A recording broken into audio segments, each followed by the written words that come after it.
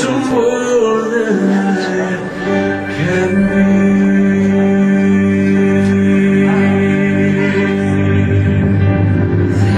It's no life, no life without its hunger. Each restless heart beats so imperfectly. But when you come, I am filled with wonder. Sometimes I think I glimpse eternity.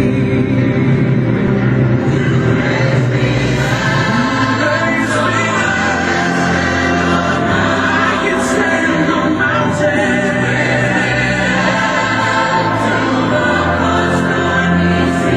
The storm is and I am survived, but I am your soul. Oh, you raise me up to more than I can be.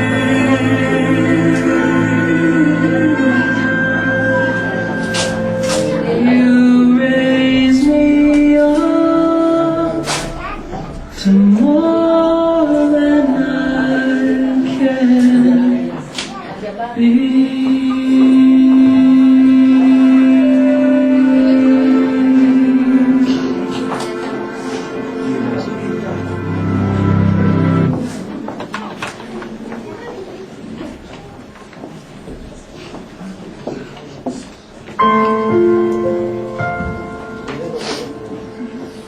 Imposible. Lucas 18 verse 27. Sinabi ni Jesus, ang lahat na ay hindi maaaring gawin ng tao ay maaaring gawin ng Diyos.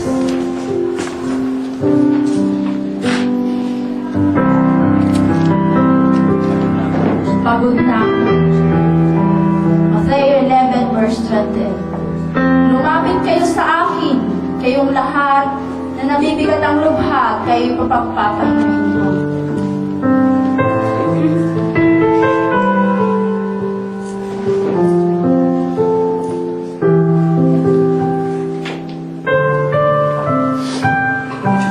Walang tunay na nagmamahal sa akin. John 3 verse 16. Gayon na lamang ang pag-ibig ng Diyos sa sanglibutan.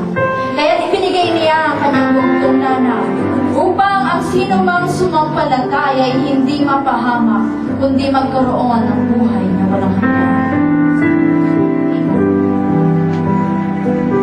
Hindi ko na kaya. 1 Corinthians 12 verse 9. Ganito ang kanyang sagot. Ang tulong ko'y sapat sa lahat ng pangangailangan ko. Lalong nahahayag ang aking kapangyarihan kung ikaw ay mahina.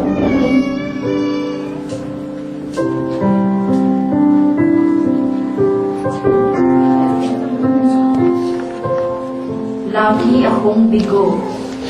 Kawikaan 3 verse 5 and 6. Kaya huwag ka magtiwala, buong puso at lubusan, at huwag kang mananangan sa sariling karunungan. Siya ang sangguniin sa lahat mong mga balak, at kanya kang itutumba sa lahat ng iyong mga lakad.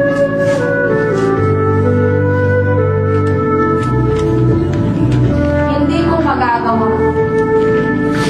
Philippians 4:13. Ang lahat ng ito'y magagawa ko dahil sa lakas na kaloob sa akin ni Kristo.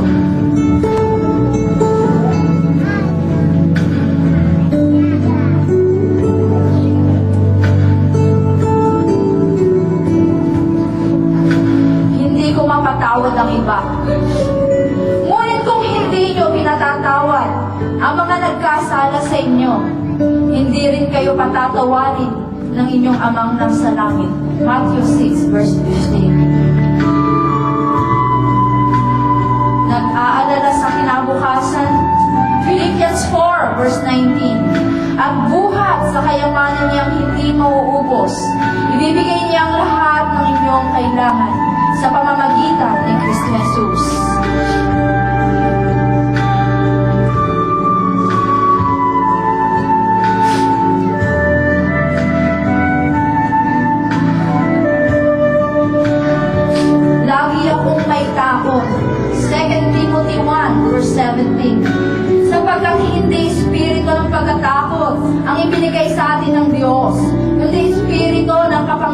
kapangyarihan, pag-ibig at pagpipigil sa sarili.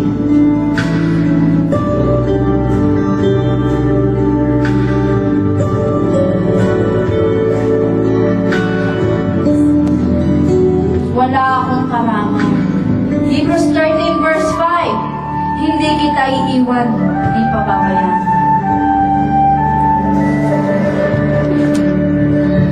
Mga kapatid, bilang tao, maraming pagkakataon na sa pagsunod natin sa Diyos, nariyan ang mga balakid, kahinaan, kaguluhan, mga problema, kalituhan at mga bagay na inilalagay ni Satanas upang tayo hindi makakilala at makapagpatuloy upang makamtan ang buhay na walang hanggan. Ngunit lagi po nating alalahanin may Diyos, si Jesus, ang banal na Espiritu na laging handang tumulong, alalayan ka sa lahat ng anggulo ng iyong buhay. Nariyan ang Biblia, ang katotohanan ng kanyang mga salita at mga pangako. Darating ang panahon, haharap tayo sa Diyos. At kung tayo mananatili sa kanyang presensya, sasabihin niya, halika na, nakahanda na ang habang at tayo'y kumain magkasama.